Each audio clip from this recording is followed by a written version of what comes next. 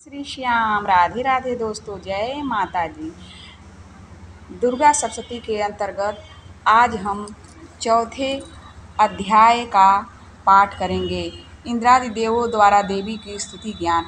अब ऋषि ने आगे कहना प्रारंभ किया। जब दुरात्मा दानव महिषासुर तथा उसकी राक्षसी सेना का ध्वंस देवी के हाथों हो गया, तब इंद्रादि देवता भूमि पर मस्तक टेक कर देवी दुर्गा की स्तुति करने लगे। हर्षोद्रेक के कारण उनके सुंदर अंगों में रोमांच हो रहा था। देवताओं ने कहा, आपका स्वरूप ही सब देवों की शक्ति है। अपनी शक्ति से आपने समस्त विश्व को व्याप्त कर रखा है। आप सभी देवों तथा महर्षियों के द्वारा अत्यंत पूजनीय हैं। आप हम सबों का कल्याण करें। जिन देवी के अतुलनीय प्रभाव तथा उनके विक्रम का वर्णन करने में भगवान शेषनाग, ब्रह्मा और शिव जी भी अपने को सर्वथा समर्थ पाते हैं, वे ही भगवती चंडिका संपूर्ण जगत का पालन एवं अमांगलिक भय के निर्वाणार्थ उपाय करें। जो धर्म तत्पर पुरुष के गृह में लक्ष्मी रूप से, दुरात्माओं के यहाँ अलक्ष्मी रूप से, विशुद्ध अंतःकरण वालों के हृदय में स्थित बुद्धि रूप से, सज्जनों में श्रद्धा रूप से तथा कुलीनों में लज्जा रूपिणी बनकर निवास करती हैं, उन महामाया भगवती दुर्गा को हम सब नमस्कार करते हैं। हे देवी, आप संपूर्ण विश्व का पालन करें। आप इस अचिंतनीय रूप असुरों के विनाशक शौर्य तथा समस्त देवासुरों के सामने उत्पन्न हुए अद्भुत चरित्र का वर्णन नहीं कर सकते। सृष्टि की उत्पत्ति में आप ही कारणभूत हैं। आप में तीनों गुण सत्व, रज और तम विद्यमान हैं, तथापि आपका संसर्ग दोषों से नहीं होता है। आपके महत्व को भगवान विष्णु और शिव जी भी नहीं जानते हैं। इस चराचर जगत की उत्पत्ति आपके ही अंश से हुई है। आप ही समस्त प्राणियों के लिए आधारभूत हैं। आप ही एकमात्र सबके लिए मूलभूत अव्याकृति प्रकृति हैं। हे देवी, यज्ञाहुति में जिसके उच्चारण मात्र से सभी देवों की तुष्टि होती है, वह स्वतः आप ही हैं। इसके अतिरिक्त आप पितरों की भी तृप्तिदायिनी हैं, इसलिए सभी लोग आपको स्वधा के नाम से अभिहित करते हैं।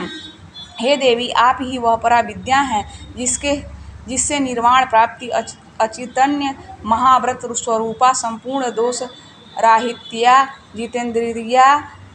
जितेंद्रियता एवं तत्व की सारसता प्राप्त होती है, तथा जिसकी उपलब्धि के लिए समस्त मुनिजन निरंतर अभ्यासशील रहते हैं। आप ही शब्द स्वरूप अत्यंत निर्मल ऋग्वेद, यजुर्वेद तथा उद्गीत के मनोहर पाठ से युक्त पदबद्ध रूप में सामवेद की आधार हैं। आप ही देवी तीनों वेदों और 6 ऐश्वर्य से युक्त भगवती हैं। सृष्टि की उत्पत्ति एवं पालन के निमित्त आप ही वार्ता के रूप में प्रादुर्भूत हुई हैं। आप ही इस जगत के महान कष्ट की नाशिका हैं। हे देवी, संपूर्ण शास्त्रों के तत्व ज्ञान की प्राप्ति के लिए आप ही मेधा शक्ति हैं।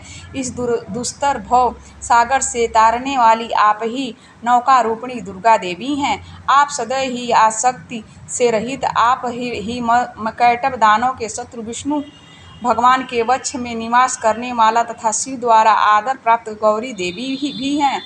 आपका मुखमंडल मधुर हास से पूरित, स्वच्छ पूर्ण चंद्रबिंब के समान और उत्तम स्वर्ण की मनोहर आभा से अलौकिक है। फिर भी आपके इस अनुपम रूप राशि को देखकर राक्षस महिषासुर ने क्रोधाविष्ट होकर आप पर आक्रमण कर दिया। अतः यह अत्यंत आश्चर्यकारक घटना है। हे देवी, जब वही मुखाकृति क्रोधापूर्ण मुद्रा में उदयकालीन चंद्रमा के समान रक्ताभ तथा वक्र भ्रुकुटी के कारण भीषण हो उठी, तब महिषासुर के प्राण क्यों नहीं निकल गए? यह बहुत ही आश्चर्यजनक बात है, क्योंकि क्रुद्ध यमराज के सम्मुख ऐसा कौन जीवधारी है जो प्राण धारण में सक्षम हो सके। हे परमात्मा स्वरूपी देवी, आप प्रसन्न हो। आपकी प्रसन्नता पर ही इस सृष्टि का कल्याण संभव होता है, एवं कुपित होने पर कितनों का ही विनाश हो जाता है। यह बात अनुभव द्वारा प्रत्यक्ष लक्षित हुई है। महिषासुर की विशाल वाहिनी आपके क्रोधानल में पड़कर क्षण भर में ही भस्मीभूत हो उठी। आप सदैव ही अभ्युदयकारिणी हैं। जिन लोगों पर आपकी कृपा दृष्टि रहती है वे ही देश तथा समाज में सम्मानित, धन धान्य से पूरी तथा ख्याति प्राप्ति के भाजन होते हैं। उन लोगों का धर्म कभी शिथिल नहीं होता तथा वे ही अपनी भार्या, पुत्र और अनुचरादि के साथ रहकर जगत में धन्य होते हैं। हे देवी, आपकी कृपा कटाक्ष के द्वारा धर्म प्राण लोग श्रद्धावान्वित होकर सदैव धर्म कार्य में तल्लीन रहते हैं, जिसके फल स्वरूप उन्हें स्वर्गलोक की प्राप्ति होती है। इसलिए निश्चय ही आप त्रिलोक को अभिलाषित फल देती हैं। हे माँ दुर्गे, आपके स्मरण मात्र से ही सब जीवों के भय का निवारण होता है। स्वस्थ व्यक्तियों द्वारा आपका ध्यान किए जाने पर आप उन्हें शुभप्रद बुद्धि देती हैं। दुख, दारिद्र्य और भय हारिणी देवी, आपका चित्त सदैव परोपकार में द्रवित रहता है। आपके समान इस जगत में ऐसा दूसरा कौन है। हे देवी, जो दानव नरकगामी बनने के लिए अनंत काल तक दुराचरण करते रहे, उन्हें वध के बहाने स्वर्ग प्राप्ति कराने तथा संसार को सुखी बनाने के हेतु ही आप उनका संहार करती हैं। आप अपने शत्रुओं पर शस्त्र क्यों उठाती हैं? आप में अपने दृष्टिपात से ही समस्त दानवों को भस्मसात करने की शक्ति है, फिर भी आप ऐसा न करके युद्ध स्थल में ही उनका वध करती हैं। इस बात में कोई भेद अवश्य है छिपा है। वह भेद अनुमानतः यही होगा कि वे सब दानव मेरे शस्त्र स्पर्श द्वारा पवित्र होकर स्वर्ग लाभ करें। इस प्रकार उन पापात्माओं के प्रति भी आपके उत्तम विचार रहते हैं। उन राक्षसों की आंखें खड्ग की भयंकर चमाहट और त्रिशूल की घनीभूत दीप्ति के चकाचौंध हो जाने पर भी प्रकाश रहित नहीं हुई, क्योंकि वे सब आप आनंदप्रद मुखचंद्र को निहार रहे थे। हे देवी, आपका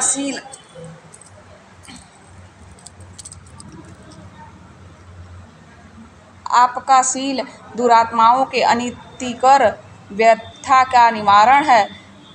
आपका स्वरूप अचेतन्य तथा अतुलनीय, आपकी शूरता देवजयी दानवों की संहारक है। इस प्रकार आपने सदा ही अपने शत्रुओं पर कृपा दृष्टि रखी है। हे वरदात्री देवी, आपके शौर्य की समानता कोई भी नहीं हो सकती है। शत्रुओं को त्रस्त करने वाली ऐसे कोमल एवं ऐसे मनोरम रूप अत्यंत कहाँ दिखाई पड़ता है। हृदय में कोमलता एवं युद्धस्थल में निष्ठुरता, ये दोनों बात एक साथ होने का भाव आपके अतिरिक्त त्रिलोक में कहीं नहीं दिखाई पड़ता। हे जगदम्बे, शत्रुओं का वध करके आपने उन्हें अमृत तो प्रदान कराया है, उन लोगों द्वारा हम सबों को मिलने वाला त्रास भी दूर किया है, इसलिए हम सभी का आपको नमस्कार है। हे देवी, आप शूल के द्वारा हमारी रक्षा करें। हे अंबिके, आप अपने खड्ग, घंटा ध्वनि और धनुष की टंकार से मेरी रक्षा करें। हे चंडिके, आप चारों दिशाओं में अपने त्रिशूल को घुमाकर मेरा परित्राण करें। त्रैलोक में आपके जो परम मनोहर एवं भीषण रूप दृष्टिगत हो रहे हैं, उनके द्वारा आप हमारी तथा भूतल की रक्षा करें। हे अंबिके, आपके कर कमलों में शोभित होने वाले खड्ग, शूल, गदादि जो भी आयुध हो, उन सभी के द्वारा आप हम सभी का रक्षण करें। तब इसके बाद ऋषि ने कहा, इस तरह जगन माता की समस्त देवगणों ने समवेत स्वर में स्तुति की तथा नंदवन के दिव्य पुष्पों एवं गंध चंदन आदि के साथ उनकी पूजा की। तत्पश्चात देवों ने दिव्य धूपों के सुवास में से उन्होंने सुवासित किया। देवी के हाथ जोड़कर नमस्कार करते हुए उन देवों ने कहा, देवी ने कहा, हे देवगण, तुम लोग मुझसे अपना इच्छित पदार्थ मांग लो। देवी की ऐसी बात सुनकर देवों ने कहा, हम लोगों की संपूर्ण आकांक्षाएं देवी की कृपा से पूर्ण हो चुकी हैं, अब कुछ भी पाने की चाह नहीं रह गई है।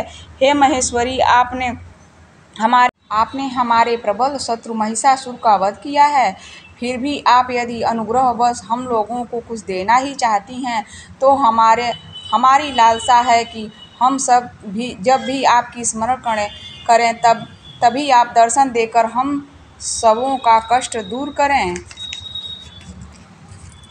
हे प्रसन्न वदना अंबिके, जो भी कोई इन स्रोतों के द्वारा आपका गुणगान करे उसे आप धन धान एवं स्त्री पुत्रादि से युक्त करें तथा हम लोगों पर सदा ही प्रसन्नता की दृष्टि रखें।